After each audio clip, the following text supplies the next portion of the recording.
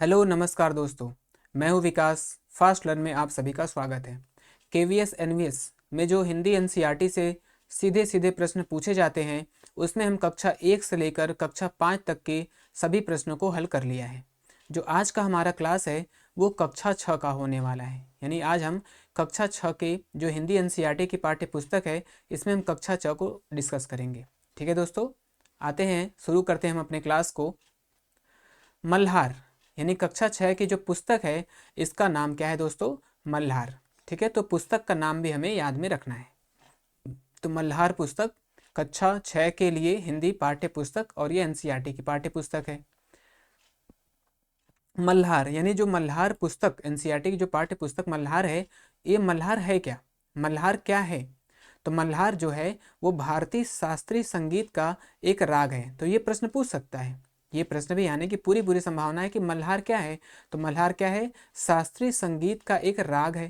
तो हमें ये भी पता रखना है कि शास्त्रीय संगीत का एक राग है या फिर मल्हार क्या है। तो मल्हार एक राग है। दूसरी बात कि यह मुख्य रूप से वर्षा वर्षा ऋतु में गाया जाता है। यानी जो मल्हार राग है, मल्हार राग को कब गाया जाता है? तो ये वर्षा ऋतु में गाया जाता है। ठीक है दोस्तों, तो यहाँ पर हमारे दो प्रश्न हो गए कि मल्हार क्या है। तो मल्हार एक शास्त्रीय संगीत राग है और मल्हार जो गाया जाता है ये वर्षा ऋतु में गाया जाता है। ठीक है दोस्तों, आगे चलते हैं, तो इसको भी हमें ध्यान में रखना है। ये हमारा विषय क्रम है कक्षा 6 की पाठ्य पुस्तक का। आगे है क्या है? भाषा संगम भारतवर्ष। यानी एक कविता है यहाँ पर शामिल है एनसीईआरटी की पाठ्य पुस्तक में, जिसका नाम क्या है? भारतवर्ष। इसकी रचना सुब्रमण्यम भारती के द्वारा की गई है। यानी भारतवर्ष जो कविता है इसकी रचना सुब्रमण्यम भारती के द्वारा की गई है। और यहीं पे लिखा है तमिल कविता का हिंदी अनुवाद। यानी सुब्रमण्यम भारती जी ने इसे तमिल में इसकी रचना की गई है और यहाँ पर क्या है? ये हिंदी अनुवाद है। ठीक है दोस्तों, ठीक क्या है? हिंदी अनुवाद है। तो ये भी ध्यान में रखना है कि भारतवर्ष जो कविता है इसकी रचना सुब्रमण्यम भारती के द्वारा की गई है और तमिल भाषा में की गई है। आगे प्रश्न है हमारे यहाँ से, पहला प्रश्न शुरू होता है कक्षा 6 में संकलित कविता मातृभूमि के रचनाकार कौन है? यानी जो मातृभूमि कविता है इसकी रचना किसके द्वारा की गई है? महावीर प्रसाद द्विवेदी, हजारी प्रसाद द्विवेदी, सोहन लाल द्विवेदी और श्री राम प्रसाद द्विवेदी। तो उत्तर आप देख सकते हैं यहाँ पर, ये है सोहन लाल द्विवेदी। यानी मातृभूमि की जो रचना है ये सोहन लाल द्विवेदी जी के द्वारा किया गया है। अगले प्रश्न पर आते हैं। यहाँ पर सोहनलाल द्विवेदी जी का जो जीवन कवि परिचय है, तो यहाँ से कवि परिचय भी हम देखते चलेंगे क्योंकि कवि परिचय से भी प्रश्न पूछे जाने की पूरी संभावना होती है। ठीक है दोस्तों, तो जो सोहनलाल द्विवेदी हैं इनका जो लिखने का जो इनका मुख्य फोकस था ये क्या था? देशभक्ति। यानी ये देशभक्ति से संबंधित गीतों की या फिर कवियों की कविता की रचना करते थे। और इनकी जो एक चर्चित रचना है वह बढ़े चलो कोस। ठीक है दोस्तों, तो बढ़े चलो ये भी हमारे सोहनलाल द्विवेदी की रचना है। कोशिश करने वालों की हार नहीं होती, इसकी भी रचना आप लोगों ने बहुत पढ़ा होगा कि कोशिश करने वालों की कभी हार नहीं होती। इसकी भी रचना जो है सोहनलाल द्विवेदी के द्वारा इनके द्वारा किया गया है। तो इन दोनों कविता को भी हमें ध्यान में रखना है। तो कवि परिचय से भी प्रश्न पूछा जाता है। ठीक है दोस्तों, आगे है हमारा प्रश्न। हाँ, कविता पुष्प की अभिलाषा के रचनाकार हैं। पुष्प की अभिलाषा आप लोगों ने बहुत बार पढ़ा होगा और इसके जो रचनाकार हैं वह माखन लाल चतुर्वेदी। तो पुष्प की अभिलाषा क्या है? चाह नहीं मैं सुरमाला के गहनों में गूंथा जाऊं। ये बहुत ही इनकी लोकप्रिय कविता है और ये माखन लाल चतुर्वेदी द्वारा रचित है। मेजर ध्यानचंद का जन्म कब हुआ था? ठीक है दोस्तों, 1907 वाराणसी, 1904 प्रयाग, 1909 लखनऊ, 1904 मथुरा। जो मेजर ध्यानचंद हैं हॉकी के जादूगर, ठीक है, इनका जन्म कब हुआ था? तो लिखा है यहाँ पर, मेरा जन्म सन 1904 में प्रयाग के एक साधारण परिवार में हुआ था। तो मेजर ध्यानचंद जी का जो जन्म है वो 1904 में प्रयाग में हुआ था। तो उत्तर हमारा 1904 प्रयाग हो जाएगा। ठीक है, आगे प्रश्न पर चलते हैं। मेजर ध्यानचंद का जो चयन है वो किस रेजिमेंट में सिपाही के रूप में हुआ था? यानी जो हॉकी के जादूगर मेजर ध्यानचंद हैं इनका सबसे पहले चयन जो था वो एक रेजिमेंट में सिपाही के रूप में किया गया था। तो 3rd ब्राह्मण रेजिमेंट, 1st ब्राह्मण, 2nd ब्राह्मण और उपर्युक्त में से कोई नहीं। तो इनको लिखा है यहाँ पर क्या, 16 साल की उम्र में ही 16 साल की उम्र में ही उनका फर्स्ट ब्राह्मण रेजिमेंट में एक साधारण सिपाही के रूप में भर्ती हो गया था। तो जो ये रेजिमेंट ब्राह्मण जो है रेजिमेंट है, इसका नाम है फर्स्ट ब्राह्मण रेजिमेंट। ठीक है दोस्तों, अगले प्रश्न पर आते हैं। मेजर ध्यानचंद को डैश ओलंपिक में डैश वर्ष में कप्तान बनाया गया था। यानी जो मेजर ध्यानचंद जी हैं, इनको किस स्थान के ओलंपिक में किस वर्ष में कप्तान बनाया गया था। तो यहाँ पर हम देखते हैं जो एनसीईआरटी की पाठ्य पुस्तक है उसमें ये क्या है, संकलित है कि सन 1936 में, वर्ष की अगर बात करें तो 1936। ठीक है दोस्तों, और बर्लिन ओलंपिक में, तो बर्लिन ओलंपिक, तो उत्तर हमारा यहाँ पे 1936, लेकिन बर्लिन ओलंपिक 1936 में मेजर ध्यानचंद को जो हॉकी है इसका कप्तान चुना गया। ठीक है दोस्तों, तो बर्लिन ओलंपिक 1936 में ये क्या है, हॉकी टीम के कप्तान बने। लेखक परिचय, यहाँ पर मेजर ध्यानचंद जी को आप देख सकते हैं। यह है कि यदि कोई खिलाड़ी अपनी आत्मकथा का नाम गोल, यानी कि मेजर ध्यानचंद जी का जो आत्मकथा है इसका नाम है गोल। ठीक है दोस्तों, तो ये भी बहुत ही महत्वपूर्ण प्रश्न है कि गोल किसकी आत्मकथा है, तो ये मेजर ध्यानचंद जी की आत्मकथा है। वे अमर खिलाड़ी हैं, हॉकी के जादूगर कहे जाने वाले इनको हम हॉकी के जादूगर भी कहते हैं। ठीक है, इनका जो जन्म दिवस है वो राष्ट्रीय खेल दिवस के रूप में मनाया जाता है, ये भी हमारा प्रश्न अच्छा है। और इनका जो भारत में सर्वोच्च खेल रत्न पुरस्कार दिया जाता है वो भी मेजर ध्यानचंद के नाम पर ही दिया जाता है। तो ये सारे ही प्रश्न बहुत अच्छे हैं और ये लेखक कवि परिचय से ये प्रश्न हमारे बन सकते हैं। आगे प्रश्न है हमारा, कक्षा 6 में संकलित कविता पहली बूंद की रचना किसके द्वारा की गई है। ये जो कविता है इसका नाम है पहली बूंद। ठीक है, महादेवी वर्मा, हरिशंकर परसाई, गोपाल कृष्ण कौल और पंत जी।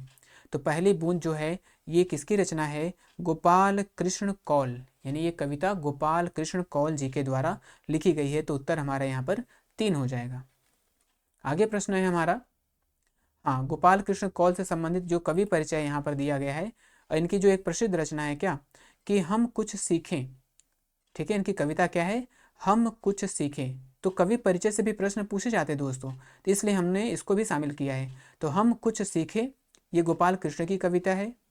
देश हमें देता है हम सब कुछ, हम भी तो कुछ देना सीखें, ये किसकी काव्य पंक्ति है, तो ये काव्य पंक्ति गोपाल कृष्ण कौल के द्वारा ही लिखी गई है और जो कविता नाम है वो है हम कुछ सीखें। ठीक है दोस्तों, अगला प्रश्न हमारा, हार की जीत पाठ आप लोगों ने पढ़ा होगा। पाठ में बाबा भारती अपने घोड़े को किस नाम से पुकारते हैं। हार की जीत जो पाठ है इसमें बाबा भारती क्या है, चेतक, सुल्तान, हीरा और मोती। बाबा भारती अपने घोड़े को किस नाम से बुलाते हैं, तो आप देखेंगे यहाँ पर कि बाबा भारती उसे सुल्तान नाम पुकारते हैं। बाबा भारती जो हैं वो अपने घोड़े को सुल्तान नाम कहकर पुकारते हैं। हार की जीत पाठ में प्रसिद्ध डाकू, यानी जो डाकू है उसका नाम क्या था, खड्ग सिंह, अंगुलीमाल, सामेत सिंह और विलन सिंह।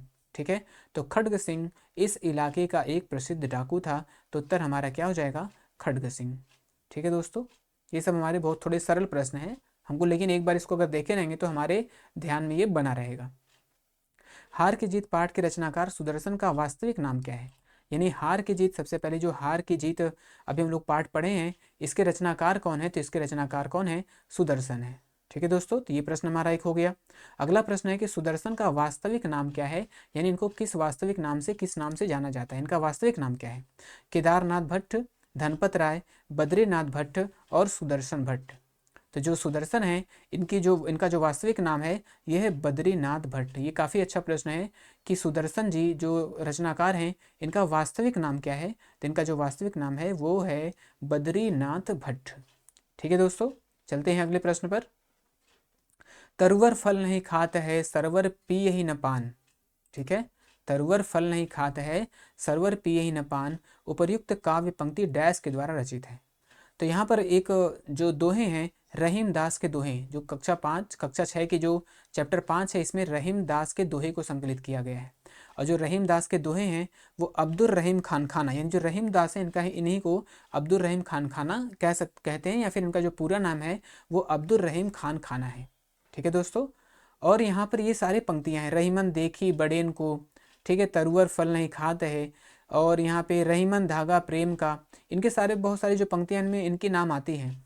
लेकिन कुछ अगर केवल एक पंक्ति अगर दे दिया कि तरुअर फल नहीं खाता है सरवर पिए ही न पान, ठीक है दोस्तों, या फिर अगर आ गया कि आप तो कहीं भीतर रही जूती खात कपाल, इस तरह से भी आ सकता है। तो इनकी काव्य पंक्तियाँ, कुछ काव्य पंक्तियाँ देकर ये भी पूछ सकता है कि ये किसके द्वारा रचित या रचना की गई है, ये प्रसिद्ध काव्य पंक्ति किस संत के द्वारा कही गई है। ठीक है दोस्तों, तो इसमें जो इस काव्य पंक्तियाँ हैं इसे भी हमें ध्यान में रखना है। तो उत्तर हमारा यहाँ पर अब्दुल रहीम खान खाना हो जाएगा। ठीक है दोस्तों, आगे प्रश्न पर चलते हैं। कवि परिचय, यानी अब्दुल रहीम खान खाना के जो परिचय अगर बात करें तो इनकी जो महत्वपूर्ण बात हमने उसको हाईलाइट किया है, क्या कि अवधी और ब्रज भाषा दोनों में इन्होंने कविताएं लिखी हैं। ठीक है दोस्तों, यानी जो अब्दुल रहीम खान खाना है इन्होंने अवधी भाषा और ब्रज भाषा दोनों में ही क्या है कविताओं की रचना की है। ठीक है दोस्तों, आगे प्रश्न पर चलते हैं हम। मेरी माँ पाठ किस महान क्रांतिकारी की आत्मकथा का एक अंश है, यानी जो हमारा पाठ है यहाँ पर, इस पाठ का नाम है मेरी माँ। ठीक है, ये किस महान क्रांतिकारी के आत्मकथा का अंश है। ठीक है दोस्तों, तो मेरी माँ पाठ किसका है, यह है श्री राम प्रसाद बिस्मिल। राम प्रसाद बिस्मिल जी की जो आत्मकथा है उसका एक अंश है क्या, मेरी माँ। ठीक है दोस्तों, यहाँ पर विकल्प छूट गया है, तो उत्तर हमारा क्या हो जाएगा, श्री राम प्रसाद बिस्मिल। ठीक है, तो मैं एक तरह से ये भी है कि मेरी माँ जो पाठ है इसके रचनाकार कौन है, तो राम प्रसाद बिस्मिल जी हैं। आगे प्रश्न है हमारा, निज जीवन की एक छठा पाठ किस महान क्रांतिकारी की आत्मकथा है। तभी हम लोगों ने पढ़ा है कि राम प्रसाद बिस्मिल की जो क्या है आत्मकथा, वो इसका नाम क्या है, उसका नाम है निज जीवन की एक छठा। यहाँ पर हमने इसको हाईलाइट किया है क्या कि निज जीवन की एक छठा, यहाँ पे है कि इसका नाम क्या इन्होंने रखा था, इसका नाम निज जीवन की एक छठा रखा था, यानी निज जीवन की एक छठा जो है महान क्रांतिकारी राम प्रसाद बिस्मिल जी की आत्मकथा है। आगे प्रश्न है हमारा, महान क्रांतिकारी श्री राम प्रसाद बिस्मिल के गुरु जी का नाम क्या था, यानी इनके गुरु कौन थे। तो इनके गुरु का नाम महात्मा गांधी, श्री सोमदेव जी, श्री हरि प्रसाद जी और चंद्रशेखर। तो इनके गुरु का नाम क्या था, श्री सोमदेव। ठीक है दोस्तों, तो उत्तर यहाँ पर हमारा श्री सोमदेव हो जाएगा। आगे प्रश्न है हमारा, भारत के हाँ यहाँ पर लेखक परिचय आ गया। ठीक है, तो राम प्रसाद बिस्मिल जी के बारे में हम परिचय देखेंगे। सरफरोशी की तमन्ना जैसा तराना लिखने वाले राम प्रसाद बिस्मिल, यानी जो सरफरोशी की तमन्ना लाइन है वो राम प्रसाद बिस्मिल जी के द्वारा लिखी गई है। ठीक है दोस्तों, और आगे है कि मात्र 30 वर्ष की आयु में सरकार द्वारा इन्हें फांसी पर लटका दिया गया था। ठीक है, तो जब इनकी फांसी हुई थी तो इनका उम्र केवल मात्र 30 वर्ष था। ठीक है दोस्तों, और इनकी जो मेरी माँ है लिखा है यहाँ पर, मेरी माँ उनकी आत्मकथा का ही एक अंश है। ठीक है दोस्तों, आगे प्रश्न है हमारा, जलाते रहो कविता की रचना किस रचनाकार के द्वारा किया गया है, यानी जो कविता है इसका नाम है जलाते रहो। इसके जो रचनाकार हैं प्रेमचंद, माहेश्वरी प्रसाद, द्वारिका प्रसाद माहेश्वरी, सुभद्रा कुमारी चौहान। तो जलाते रहो जो कविता है इसकी रचना द्वारिका प्रसाद माहेश्वरी के द्वारा की गई है, तो उत्तर हमारा द्वारिका प्रसाद माहेश्वरी हो जाएगा। ठीक है, और इनकी एक और प्रसिद्ध कविता है, हम सब सुमन एक उपवन के, जैसे गीत आज भी बहुत लोकप्रिय है। इनकी बहुत ही लोकप्रिय कविता है, गीत है क्या, हम सब सुमन एक उपवन के। इसकी भी रचना क्या है, द्वारिका प्रसाद माहेश्वरी के द्वारा की गई है। ये कवि परिचय से भी प्रश्न यहाँ पर लिया गया है।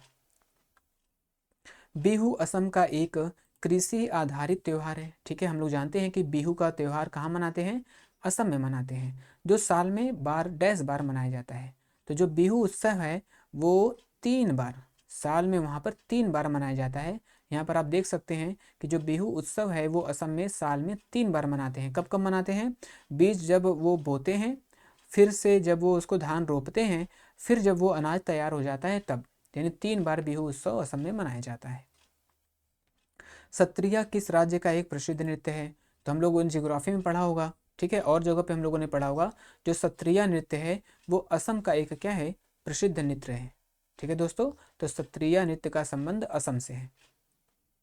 रीना सेन एक जानी मानी लेखिका है, इनका संबंध डैश से है। रीना सेन क्या है, एक जानी मानी लेखिका है, इनका संबंध कहाँ से है, तो आप देखेंगे उत्तराखंड, असम, मणिपुर और नागालैंड। ठीक है दोस्तों, तो यहाँ पर लिखा है कि रीना सेन से हुई, जो असम की एक जानी मानी लेखिका है।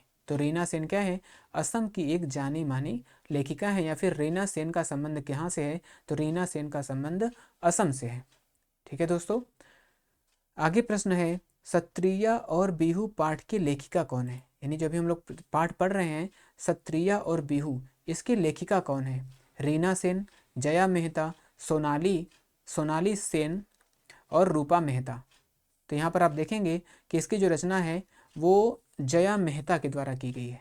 ठीक है दोस्तों, तो जो सत्रिया और बिहू पाठ है इसकी रचना जया मेहता के द्वारा की गई है, और इसके जो अनुवादक हैं वह हैं शिवेंद्र कुमार सिंह, यानी शिवेंद्र कुमार सिंह, शिवेंद्र कुमार सिंह के द्वारा क्या है, इनकी इसका हिंदी अनुवाद किया गया है। ठीक है दोस्तों, यहाँ पर और भी हम कुछ देखेंगे इनके बारे में। जो कवि परिचय है कि यह पाठ उनकी भारतीय नृत्यों से जुड़ी एक पुस्तक नृत्य कथा से लिया गया है, यानी जो सत्रिया और बिहू है ये जो पाठ लिया गया है वो नृत्य कथा, यानी ये पाठ जो है नृत्य कथा से लिया गया है, यानी इसकी रचना भी क्या है, जया मेहता के द्वारा की गई। तो प्रश्न ऐसे भी आ सकता है कि सत्रिया और बिहू पाठ किसके द्वारा यानी किस रचना से ली गई है, तो वो है नृत्य कथा से लिया गया है।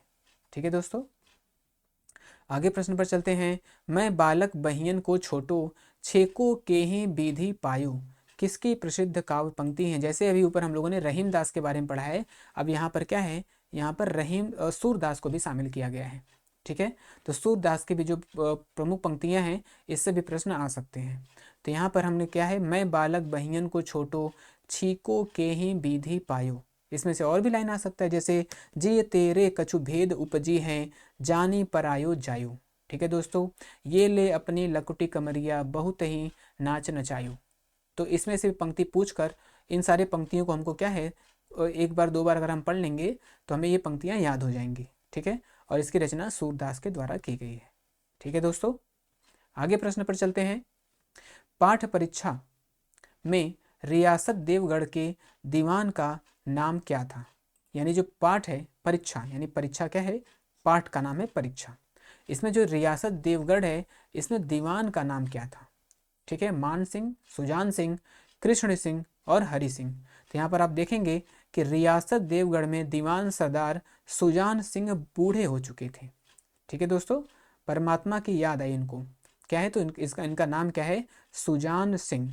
तो परीक्षा जो पाठ है इसमें देवगढ़ रियासत के जो दीवान हैं उनका नाम क्या है, सुजान सिंह। मुंशी प्रेमचंद जी का वास्तविक नाम क्या था, मुंशी प्रेमचंद का वास्तविक नाम जो था वो अभी हम लोग जो हम लोगों ने पढ़ा है क्या प्रश्न, ये परीक्षा, जो परीक्षा की रचना है इसकी ये क्या है, मुंशी प्रेमचंद के द्वारा की गई है। इसके जो रचनाकार हैं ये प्रेमचंद जी के द्वारा ही लिखा गया है। और यहाँ पर कवि परिचय से प्रश्न में हमने शामिल किया है क्या, कि इनका जो वास्तविक नाम है, हम लोग जानते हैं कि इनका जो वास्तविक नाम है वो धनपत राय है। ठीक है दोस्तों, इनकी जो और भी महत्वपूर्ण रचनाएं हैं वो है ईदगाह, बड़े भाई साहब, गुल्ली डंडा, दो बैलों की कथा। ठीक है, तो कौन कौन सी इनकी और महत्वपूर्ण रचना है, ईदगाह है, बड़े भाई साहब, गुल्ली डंडा, दो बैलों की कथा। ठीक है दोस्तों, तो मुंशी प्रेमचंद के जी का वास्तविक नाम क्या है, धनपत राय है। आगे प्रश्न है हमारा, कक्षा 6 में संकलित कविता चेतक की वीरता की रचना किस प्रसिद्ध कवि के द्वारा किया गया है। चेतक की वीरता यानी जो कविता है इसका नाम है चेतक की वीरता, किसके द्वारा किया गया है, श्याम नारायण पांडे के द्वारा, रामधारी सिंह दिनकर, श्याम शरण गुप्त, सिया राम शरण गुप्त और मैथिली शरण गुप्त। तो इसकी रचना श्याम नारायण पांडे जी के द्वारा किया गया है। तो उत्तर हमारा यहाँ पर 1 हो जाएगा। आगे प्रश्न है हमारा, हल्दी घाटी के रचनाकार हैं। अभी हम लोगों ने जो पढ़ा है पीछे, क्या चेतक की वीरता श्याम नारायण पांडे, यही कविता इन्हीं के द्वारा है, यानी श्याम नारायण पांडे ने ही हल्दी घाटी की भी रचना की है। ठीक है दोस्तों, तो यहाँ पर भी क्या हो जाएगा, श्याम नारायण पांडे। ठीक है, जिसका प्रकाशन 1939 में हुआ है। ये भी प्रश्न हमें याद रखना है, कुछ कुछ प्रश्न बनने की संभावना होती है। तो हल्दी घाटी की रचना श्याम नारायण पांडे जी के द्वारा ही किया गया है और इसका प्रकाशन 1939 में किया गया है। ठीक है दोस्तों, और भारत के स्वतंत्रता संग्राम में अंतिम वर्षों में इन्होंने हल्दी घाटी की रचना की थी। ठीक है, तो हल्दी घाटी की रचना श्याम नारायण पांडे है जिसका प्रकाशन वर्ष 1939 है। ठीक है, आगे प्रश्न है हमारा, हिंद महासागर में छोटा सा हिंदुस्तान, यानी हमारा जो पाठ है इसका नाम है हिंद महासागर में छोटा सा हिंदुस्तान। पाठ में लेखक ने किसे हिंद महासागर की मोती की संज्ञा दी है, यानी हिंद महासागर के मोती की संज्ञा किसके द्वारा दी, किसे कहा गया है। तो यहाँ पर लिखा हुआ है कि यह द्वीप, द्वीप यानी कौन सा द्वीप, मॉरिशस द्वीप की बात यहाँ की गई है। यानी यह द्वीप, देखिए लिखा है यहाँ पे, मॉरिशस द्वीप का रकबा 720 वर्ग मील है, आंका जाता है। यह द्वीप हिंद महासागर का मोती है, यानी जो यहाँ पे जो रचनाकार हैं ये हिंद महासागर को हाँ ठीक है, मॉरिशस को हिंद महासागर के मोती की संज्ञा देते हैं। ठीक है दोस्तों, अगला प्रश्न है हमारा, तो उत्तर यहाँ पे मॉरिशस हो जाएगा। आगे प्रश्न हमारा यही है सेम, कि हिंद महासागर में छोटा सा हिंदुस्तान पाठ में लेखक ने किसे हिंद महासागर का सितारा, यानी हिंद महासागर का मोती किसे कहा है, तो वो मॉरिशस का कहा है। और अगर हिंद महासागर के सितारा की बात करें तो वो किसे कहा गया है, भारत को कहा गया है। भारत समुद्र का सबसे खूबसूरत सितारा है। तो यहाँ से भी प्रश्न पूछे जाने की संभावना है। अभी हम लोग जो ऊपर पढ़े हैं मॉरिशस, यानी मॉरिशस की जो राजधानी है वो क्या है, वो है Port Louis. Port Louis Mauritius की राजधानी है। मॉरिशस में अधिकांश लोग भारत के किस राज्य से संबंधित हैं, यानी हम लोग जानते हैं कि मॉरिशस में हिंदू जो लोग हैं उनकी संख्या ज़्यादा है और वहाँ पर भोजपुरी भी बोली जाती है। तो यहाँ पर प्रश्न है कि वहाँ पर भारत के अधिकांश लोग किस राज्य से संबंधित हैं। तो यहाँ पर लिखा है कि चूंकि मॉरिशस में हिंदुओं की संख्या अधिकांश बिहार और उत्तर प्रदेश के लोग रहते हैं, यानी उत्तर और प्रदेश के जो अधिकांश लोग हैं वो कहाँ पर मॉरिशस में रहते हैं, तो उत्तर हमारा उत्तर प्रदेश और बिहार दोनों हो जाएगा। ठीक है दोस्तों, आगे प्रश्न पर चलते हैं। मॉरिशस की संस्कृति की भाषा के रूप में किसे मान्यता प्राप्त है। मॉरिशस की जो संस्कृति की भाषा है, तो मॉरिशस की राजभाषा अंग्रेजी, इसका जो अंग्रेजी जो है यहाँ की राजभाषा है। ठीक है, अंग्रेजी यहाँ की राजभाषा है, लेकिन हमें राजभाषा नहीं, हमें संस्कृति की भाषा की बात करनी है। तो लिखा है यहाँ पे, किंतु संस्कृति की भाषा फ्रेंच है, यानी जो मॉरिशस है इसकी संस्कृति की भाषा क्या है, फ्रेंच है। तो उत्तर हमारा यहाँ क्या हो जाएगा, फ्रेंच हो जाएगा। ठीक है दोस्तों, आगे प्रश्न है हमारा, मॉरिशस में जनता द्वारा बोली जाने वाली भाषा क्या है, यानी जो संस्कृति की भाषा है वो तो फ्रेंच है, लेकिन वहाँ की जनता कौन सी भाषा बोलती है, तो मगर जनता वहाँ क्रेयोल बोलती है। ठीक है दोस्तों, तो क्या लिखा है यहाँ पे, मॉरिशस में जनता द्वारा कौन सी भाषा बोली जाती है, तो उत्तर हमारा हो जाएगा क्रेयोल। या फिर ये भी एक प्रश्न में आ सकता है कि जो क्रेयोल भाषा है वो किस देश से संबंधित है या फिर किस देश में बोली जाती है, तो उत्तर हमारा क्या हो जाएगा, मॉरिशस। क्रेयोल के बाद मॉरिशस की दूसरी जनभाषा के रूप में किस भाषा को मान्यता प्राप्त है, यानी सर्वाधिक रूप से वहाँ पे जो जनता है वो क्रेयोल बोलती है, लेकिन जो दूसरी सर्वाधिक बोले जाने वाली भाषा है वो है भोजपुरी। ठीक है दोस्तों, यहाँ पर लिखा है कि क्रियोल के बाद मॉरिशस की दूसरी जनभाषा भोजपुरी को ही मानना पड़ेगा, यानी क्रियोल के बाद सर्वाधिक जो बोली जाने वाली भाषा है वो है भोजपुरी। आगे प्रश्न है हमारा, मॉरिशस का प्रमुख एवं एकमात्र उद्योग है, मॉरिशस का प्रमुख एवं एकमात्र जो उद्योग है वो क्या है, चीनी। ठीक है दोस्तों, यहाँ का प्रमुख और एकमात्र उद्योग चीनी है, क्योंकि चीनी वहाँ का एक प्रमुख अथवा एकमात्र उद्योग है। तो उत्तर हमारा यहाँ पर चीनी हो जाएगा। मॉरिशस में वर्ष का सर्वश्रेष्ठ धार्मिक पर्व डैश है, यानी यहाँ पर बहुत सारे हिंदू धर्म से संबंधित पर्व भी मनाए जाते हैं, लेकिन इसमें जो मुख्य है वो कौन है, तो देखेंगे यहाँ पर भारत के पर्व त्योहार मॉरिशस में भी प्रचलित हैं, किंतु वर्ष का सर्वश्रेष्ठ धार्मिक पर्व शिवरात्रि है, यानी वर्ष का जो सर्वश्रेष्ठ धार्मिक पर्व है वो है शिवरात्रि। ठीक है, यानी कि मॉरिशस में भी शिवरात्रि मनाई जाती है। ठीक है दोस्तों, आगे प्रश्न है, परी तालाब किस देश में संबंधित है या डैश देश में संबंधित है, तो मॉरिशस में, यानी एक तीर्थ स्थान है जो शिवरात्रि के दिन जो शिव भक्त होते हैं वो जो जल भरते हैं वो इसी परी तालाब से। ठीक है, परी तालाब केवल तीर्थ ही नहीं, ये पिकनिक का स्थान भी है, यानी यहाँ से जल भर के जो भगवान शिव को चढ़ाया जाता है ये परी तालाब से ही भरा जाता है। जो परी तालाब है वो कहाँ पर स्थित है, तो ये मॉरिशस में ही स्थित है। आगे है हमारा प्रश्न, हिंद महासागर में छोटा सा हिंदुस्तान किसका या फिर किसकी प्रसिद्ध यात्रा वृत्तांत है। ठीक है दोस्तों, तो आप लोगों ने यात्रा वृत्तांत सबसे ज़्यादा प्रसिद्ध किसका है, यानी जो एक तरह से घुमक्कड़ है, ये घुमक्कड़ कौन है, तो वह है हमारे कौन, रामधारी सिंह दिनकर। ठीक है दोस्तों, कौन है, रामधारी सिंह दिनकर, इनकी कई यात्रा वृत्तांत हैं। ठीक है, तो उत्तर हमारा रामधारी सिंह दिनकर हो जाएगा। इनकी अन्य कुछ पुस्तकें भी हैं जिसका नाम है मिर्च का मजा, यानी मिर्च का मजा, पढ़क्कू की सूझ और सूरज का ब्याह। ठीक है दोस्तों, तो मिर्च का मजा, पढ़क्कू की सूझ और सूरज का ब्याह ये किसकी रचनाएं हैं? तो ये भी रचनाएं क्या हैं? रामधारी सिंह दिनकर जी की ही रचनाएं हैं। पढ़क्कू की सूझ, सूरज का ब्याह और मिर्च का मजा। ठीक है दोस्तों, आगे प्रश्न है हमारा, पाठ पेड़ की बात की रचना, यानी जो पाठ है इसका नाम है पेड़ की बात, इसकी रचना किस महान वैज्ञानिक के द्वारा की गई है? तो हम लोगों ने विज्ञान में इनके बारे में पढ़ा हुआ है, जगदीश चंद्र बसु।